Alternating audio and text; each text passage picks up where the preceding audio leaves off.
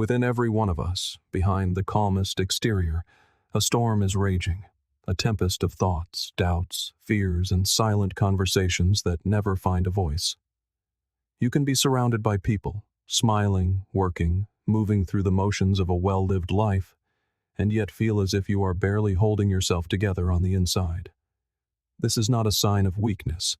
It is a sign that you were taught how to survive in the world, but never how to find sanctuary within your own mind. We learned to chase goals, to work harder, to endure, but not how to be still, not how to let go, not how to think clearly when everything around us feels urgent, loud, and demanding. But what if the clarity you seek is not a destination to be found, but a landscape to be uncovered within yourself? What if peace is not the absence of problems, but the presence of perspective? The ancient Stoics believed that true power comes from mastering the self, especially the mind. They knew that our thoughts, left unchecked, become our chains. But if we learn to understand them, they become our tools. Today, that is our work, to clear the clutter, to quiet the noise, and to help you focus not just on what matters, but on what sets you free. If you are on a path toward mental clarity, inner strength, and becoming someone unshaken by the chaos of life, consider subscribing for the sake of your true self, because the mind you cultivate becomes the life you live. Most people walk through life believing that every thought they have is true. They assume that if it appears in their mind, it must hold some deep, important, and undeniable reality. But your mind is not a courtroom, and your thoughts are not evidence. They are simply noise, fragments of memory, whispers of fear, echoes of experience. They sound like you, because they have been with you for so long. They use your voice because they have grown familiar with its patterns. But just because a thought is dressed in your language does not mean it speaks your truth. You are not the thought. You are the awareness that holds it. You are the listener, the silent observer. The moment you realize this, even for a second, something profound happens. You stop being pulled into every passing mental storm. You stop reacting to every fear as if it were a prophecy. You begin to perceive the sacred space between a stimulus and your response. And in that space, you discover your greatest power, the power of choice. You can choose not to follow the old storylines that lead only to pain. You can choose to pause before you spiral. You can choose not to internalize another's rejection as your own identity. This may sound simple, but it is the very place where real change begins. Without that space, without that quiet awareness, you are trapped in a loop, reacting instead of responding, surviving instead of living. When you no longer confuse your thoughts with yourself, the entire mental battlefield shifts. You begin to observe instead of absorb, and that observation turns down the volume of the noise that has been running your life. Some people spend years trying to fix themselves, when the only thing broken was the belief that their thoughts were facts. I'm not good enough. They don't care about me. I will always be this way. These are not truths. They are merely sentences your mind has repeated so often they have started to feel like truths. But feelings are not facts, and thoughts are not your identity. You are not the anxiety that appears in a crowd. You are not the memory that haunts you in the quiet of the night. You are not the fear that whispers just as you are about to try something new. You are the one who notices all of these things. And in that noticing, you hold the power to detach, to step back, to breathe. The great psychologist Carl Jung once said, "I am not what happened to me. I am what I choose to become." This singular idea can reshape a life, because it reminds you that you are not defined by your past, not shaped entirely by your trauma, not destined to carry the same pain forever. The thoughts that rise from those old wounds do not have to become the script you live by. If you allow them, they can float in and out of your awareness like passing clouds across an endless sky. But to do that, you must stop chasing them, stop arguing with them, stop fearing them. You must learn to watch them calmly, patiently, without judgment, because only when you see your thoughts clearly can you respond wisely.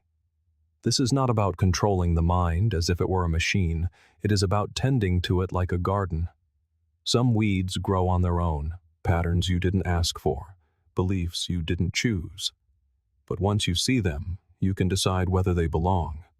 And little by little, you begin clearing space for something more intentional. Clarity is not the absence of thought. It is the recognition that not all thoughts are worth your time. Peace is not the silence of the mind. It is the discipline not to feed every passing impulse. And that discipline grows with awareness. At first, the noise may scream louder when you stop answering it. This is normal. It is the withdrawal from mental habits that have dominated your inner world for years. But with time, silence returns. Not an empty silence, but one that is full of you, the real you, the you that isn't defined by every mood, every passing worry, every flicker of self-doubt. The you that remains when the storm has passed. This doesn't happen overnight, but even one moment of that space, 1 second of seeing a thought without being consumed by it, is a victory. It is a crack in the wall where the light gets in. The more often you create that space, the less you will live on autopilot. You will start to catch yourself. You will start making conscious decisions instead of emotional reactions. You will begin to live your life, not just survive your thoughts. And that shift is everything. Because clarity doesn't come from thinking more. It comes from thinking less and noticing more. It comes from creating space between who you are and what your mind says you are. That space, that separation, is where your power lives. It's where your focus returns. It's where your energy stops being drained by what-if scenarios and starts being directed toward who you are becoming.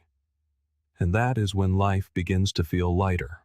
Not because the thoughts are gone, but because they no longer own you. So the next time your mind offers you a painful story, pause, breathe, ask yourself, is this who I truly am? Or is this just something I've heard so many times I started to believe it? And then, decide if it deserves your energy. Most of the time, it doesn't. Most of the time, it's just noise. And now, you are learning to hear it without becoming it. That is how clarity begins. Not by erasing the mind, but by rising above the noise. Awareness does not arrive like a thunderclap, a grand awakening. It begins quietly.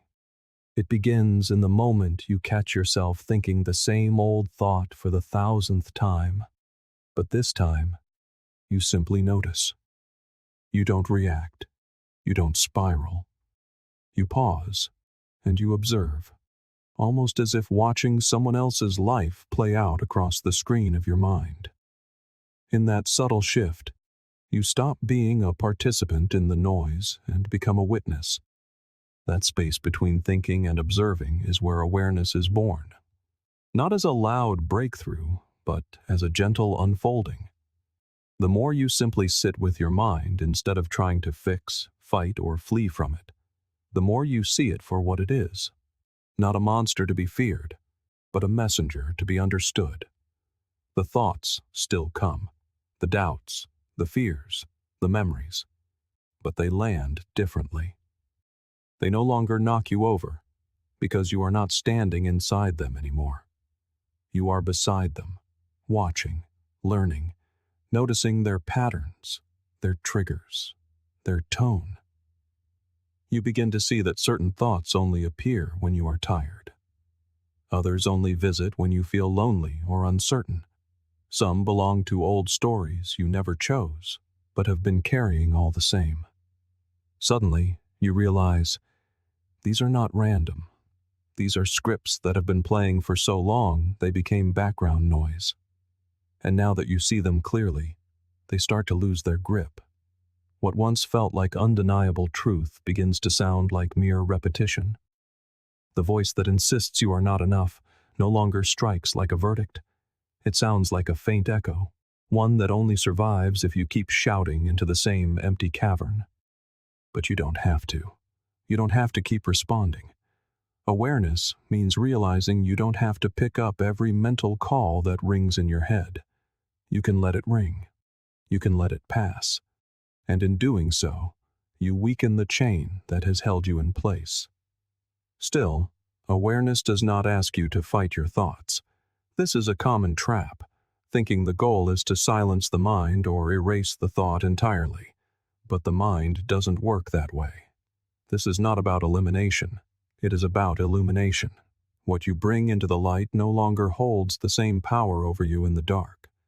When you watch something clearly, without running and without judging, you change your relationship to it. And that shift is the beginning of freedom. When you are unaware, imagined realities feel urgent and real. Your body tenses, your breath shortens, and you react. But when you are aware, you interrupt that cycle. You feel the tension and you trace it back to its origin. You question it. You realize the thought you're stuck in today is just a cousin of the one you had yesterday and the day before. Once you see the pattern, you are no longer inside it. You are standing above it. There is profound empowerment in realizing you do not have to believe every thought that crosses your mind. Just because something feels familiar does not make it true. Just because a voice inside you says you aren't healing fast enough, or doing enough, or being enough, doesn't mean it's right. Sometimes it is just noise from an old chapter that has no place in this new one. The more you observe without reacting, the more clearly you can separate what is actually happening from what your mind is projecting onto it. It takes practice. You won't get it right every time. Some thoughts will still pull you in. Some memories will still grab you by the throat. But even in those moments, you can step back afterward and ask, what was really going on there? That question alone, asked gently and without judgment, is awareness. And with enough of those questions, the tangled knots in your mind begin to loosen. You start to recognize the storylines. Here is that fear of failure again. There is the part of me that hates the silence. This is the voice that always appears when I feel abandoned. And slowly, with presence and patience, you teach your mind a new response. Stillness. Not a forced, frozen stillness, but the kind that comes from seeing clearly, from no longer being dragged around by every mental impulse. The Stoic philosopher Epictetus reminded us, it's not what happens to you, but how you react to it that matters. That reaction, that space between thought and response, is what awareness gives you. It does not erase pain. It does not promise perfect peace, but it gives you the power to choose your next move. And over time, those choices add up. They become a path forward, a way out of the mental fog that once felt endless. So if you feel lost in your own head, if your thoughts feel too much, too fast, too loud, start here. Not with control, not with resistance, but with attention. Just watch. Just notice. Let your awareness do the work that effort never could. Because the mind begins to calm not when you force it, but when you finally understand it. Some thoughts do not scream for attention. They whisper. They settle quietly in the back of your mind, untouched, unnamed, yet ever present. You feel their weight in your chest long before you can articulate them in your head. You feel them when you are alone, when the world goes quiet, when something small triggers something big. These thoughts linger not because they are too powerful to overcome, but because they have never been brought into the light. They have never been written down, never been spoken aloud. They grow heavy not from their substance, but from the silence we use to contain them. It is not always what we say that weighs us down. Sometimes it is everything we haven't said. And over time, that silence becomes its own kind of prison. We often think that ignoring a thought will make it disappear, but suppressed thoughts do not vanish. They root themselves deeper. They manifest in our tension, in our exhaustion, in the way we overreact to things that shouldn't matter. You tell yourself you are just tired or sensitive or overwhelmed. But beneath that surface, something unspoken is asking to be heard. The longer it is ignored, the heavier it becomes. It could be grief you never processed, anger you never admitted, or a fear you never dared to name. You carry it like a secret, but your body remembers. Your nervous system holds the score. Your focus scatters because a part of your energy is always dedicated to holding that door shut. Clarity, you see, is not found in the relentless pursuit of positivity. It is found in the courageous act of being honest, first and foremost, with yourself. There is something transformative about putting the unsaid into words. It doesn't have to be dramatic. You don't have to tell the world. But even whispering it to yourself in the dark, writing it in a journal, or saying it in the car when no one is around can begin to loosen its grip. Naming it is how you begin to reclaim it. You are not defined by what you have buried. You are defined by your willingness to face it. It is strange how we often fear our own truth more than the judgment of others. We keep parts of ourselves hidden, even from ourselves, as if not saying something makes it less real. But silence does not protect you. It only postpones the healing. And healing does not come from avoiding the storm. It comes from walking through it with open eyes. The Stoics did not run from discomfort. They stepped into it with clarity and courage. Marcus Aurelius once wrote, "If it is endurable, then endure it. Stop complaining." But this is not about suppression. It is about confrontation.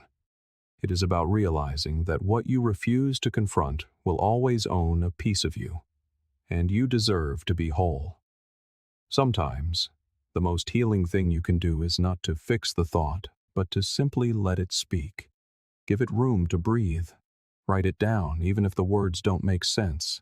Let the sentence be messy, the feeling incomplete. The simple act of writing is more than expression. It is an excavation.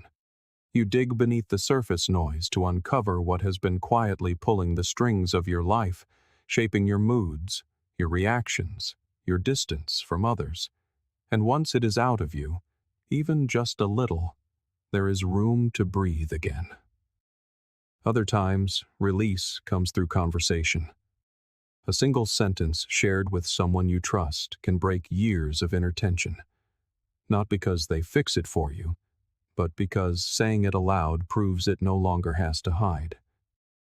A weight lifts when you hear your own voice speak what your heart has been holding. It doesn't have to be eloquent. It doesn't have to be a speech. It just has to be real. The moment your truth becomes audible, it loses its power to silently wound you. But even if you're not ready to speak it, you can still face it. A deep, honest breath where you admit what you are feeling without spinning it into a story is a step. Sometimes the body can release what the mind is still holding. Grief, anger, guilt. These are not just mental concepts. They live in the breath, in the shoulders, in the gut. And the more you allow them space to rise and pass through you, the lighter you become. Not because they have vanished, but because you are no longer alone with them. You have met them. You have listened. Aristotle believed that knowing yourself is the beginning of all wisdom. But knowing is not just a mental act. It is emotional, spiritual, energetic. It is learning to sit with the parts of yourself you once ran from, and realizing they are not as terrifying as you imagined. They were just waiting for you to stop pretending they weren't there. Unspoken pain isolates. It makes you believe you are the only one struggling, the only one carrying something too heavy to name. But once you bring it into the light, even a flicker, you realize how many others are carrying their own unspoken weight. And suddenly, your pain connects you. It no longer isolates you.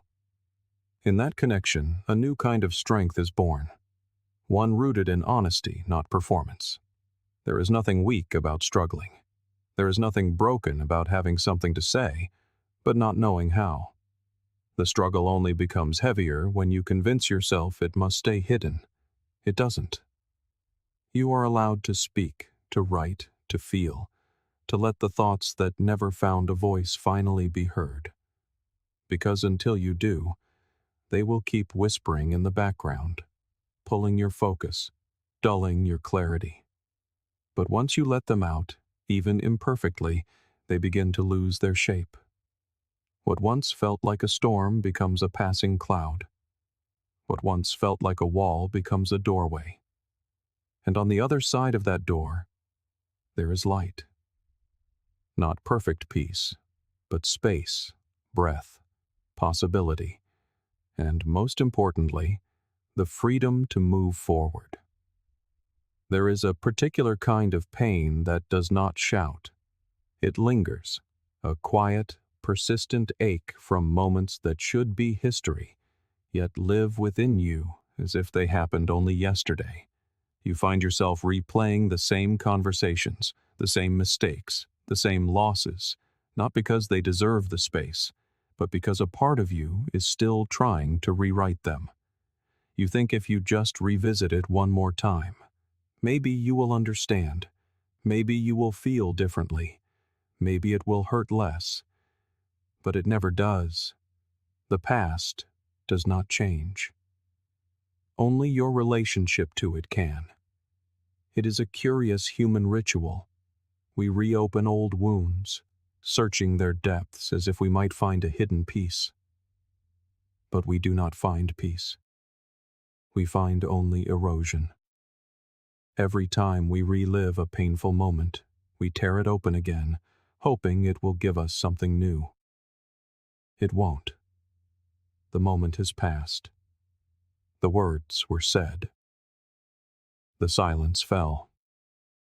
All that remains is the echo, and an echo cannot harm you, unless you mistake it for the present moment, unless you start living in response to a noise that no longer exists. You cannot build focus in a mind filled with ghosts.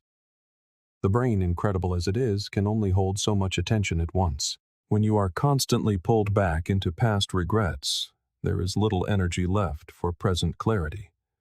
You cannot be fully here when you are emotionally anchored to something back there. The irony is that most things we fixate on cannot be changed, and yet they consume us. They blur the present. They make it hard to see what is right in front of us.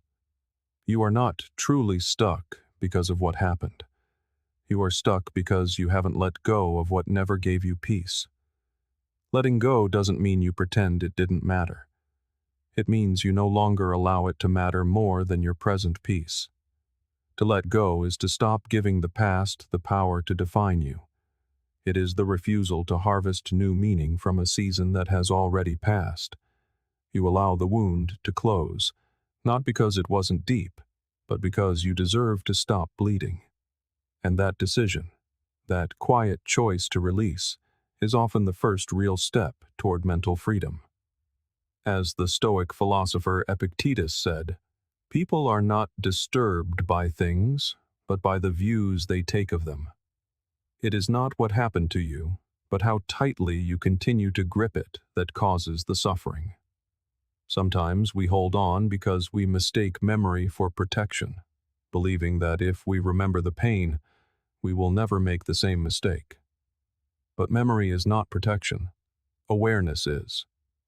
You do not need to carry the full weight of the past to learn from it. You do not need to relive a wound to honor its lesson. And you certainly do not need to let it run your life from the shadows.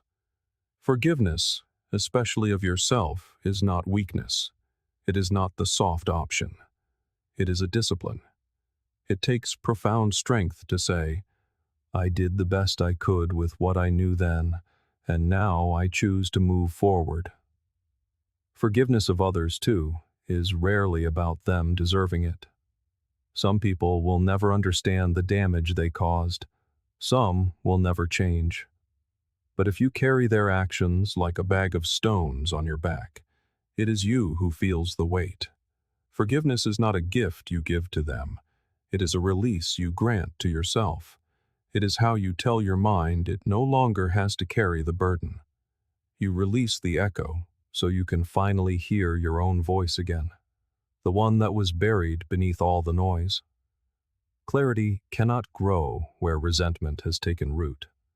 Some will argue that letting go is merely avoidance, but true release is not denial. It is confrontation without attachment. It is looking at a memory, honoring what it taught you, and then deciding not to let it consume another hour of your life. It is stepping out of the mental loop that whispers, if you just keep thinking about it, you'll find something new. You won't. What you will find is fatigue, a paralysis of spirit, a disconnection from the present, and perhaps worst of all, you will miss the life that is trying to bloom right in front of you because you are too focused on what has already withered. You have to ask yourself, how much longer are you willing to let yesterday ruin today? How much longer will you trade your peace for a pain that has already been paid? Letting go is not erasing the past. It is rewriting your relationship with it. It is learning to look back and feel something different, not because the past changed, but because you did. And in that shift, in that inner decision to stop bleeding from the same wound, your focus returns. Your energy returns. Life returns. It is not always a grand, cinematic moment. More often, letting go is subtle. A thought arises, and you choose to breathe instead of engage. A memory resurfaces, and you choose to observe it instead of relive it. You start speaking more kindly to yourself. You stop telling the same story, and one day you realize it's not so heavy anymore. It may not be gone, but it is no longer holding you. So, when the mind begins to echo, simply pause. Recognize it for what it is. Remind yourself, this is not the present. This is not my identity. This is just a thought, not a life sentence. You have already walked through the fire. You do not have to keep sitting in the smoke. Let the echo fade, and listen to what is here now. The breath, the stillness, the chance to begin again, clear and free. There is a voice that follows you, not from the outside, but from within. It doesn't scream. It whispers. It sounds like your own thoughts, your own judgment, which is what makes it so convincing. It says things like, you're falling behind. You should have done more. You'll never get this right. It tells you to try harder, but never lets you rest. It pushes you forward, but never lets you feel that you are enough. And while it may wear the mask of motivation, underneath is fear. The fear of being left behind, of being rejected, of not measuring up to some impossible standard you never consciously agreed to. This voice did not come from nowhere. It was built over years of comparison, perfectionism, and unmet expectations.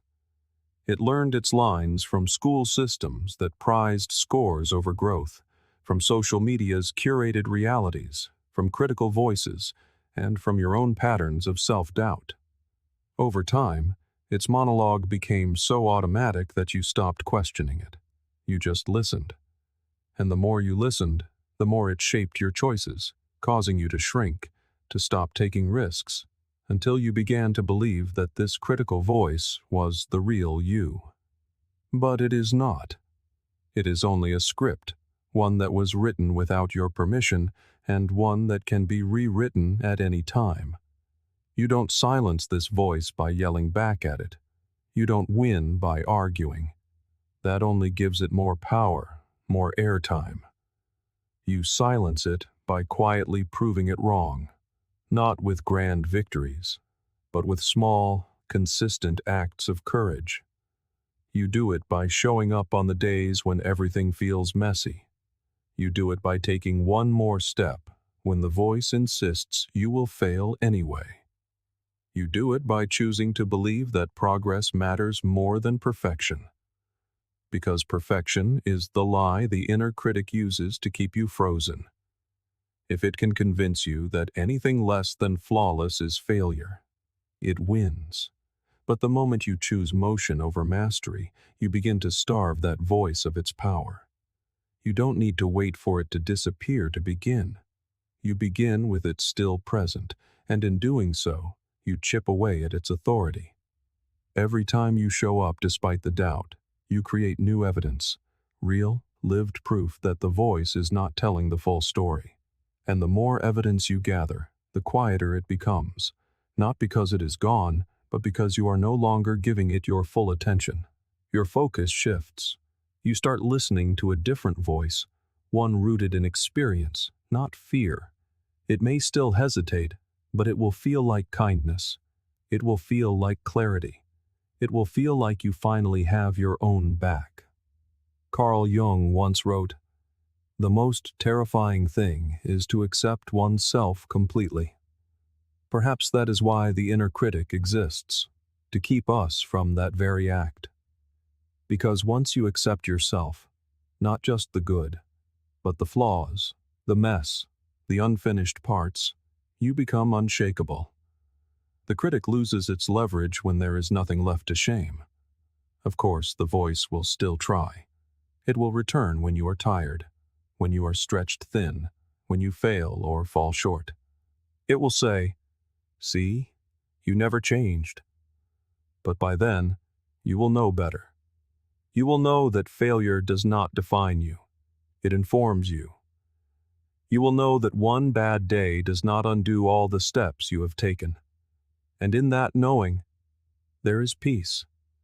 Not the kind that comes from everything being perfect, but the kind that comes from trusting yourself even when things are not.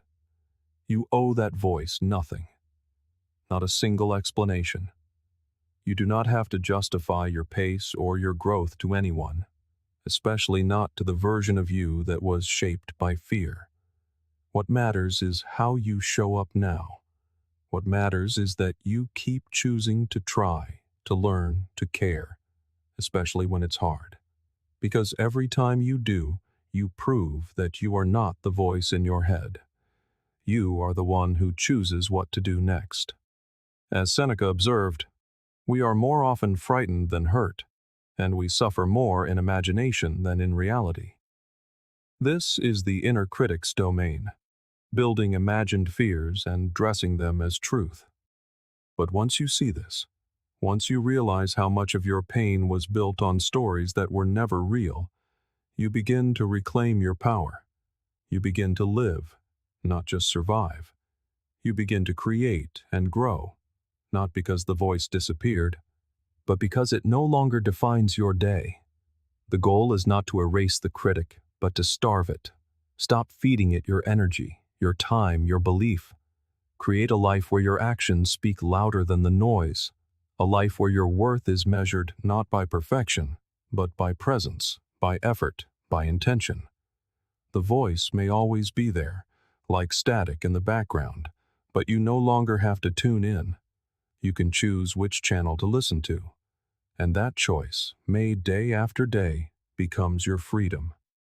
Not all at once, but steadily, quietly, and powerfully. You could sit in the most peaceful place on earth, no traffic, no noise, no demands, and still feel as if you are drowning. Because true stillness has never been about silence on the outside. It is about silence on the inside, and that is a much harder place to find. Your surroundings can be calm, but if your mind is racing, if your thoughts are shouting over one another, if you are caught in the loop of "what if" and "what was," then even the quietest sanctuary becomes loud. This is the trap. We chase external peace, believing it will calm the storm within. But peace is not something you stumble upon. It is something you practice. Real stillness is not accidental. It is intentional. It does not arrive when your life is finally perfect. It arrives when you learn to stop needing everything to be perfect in the first place. You don't find it in silence. You create it within the noise. You create it by learning to sit with yourself, not to run, not to distract, not to fix, but simply to be. And that is where everything begins to shift. Because when you stop trying to escape your own mind, you finally give yourself the chance to understand it. We live in a world that glorifies movement, conditioned to believe that doing more means being more.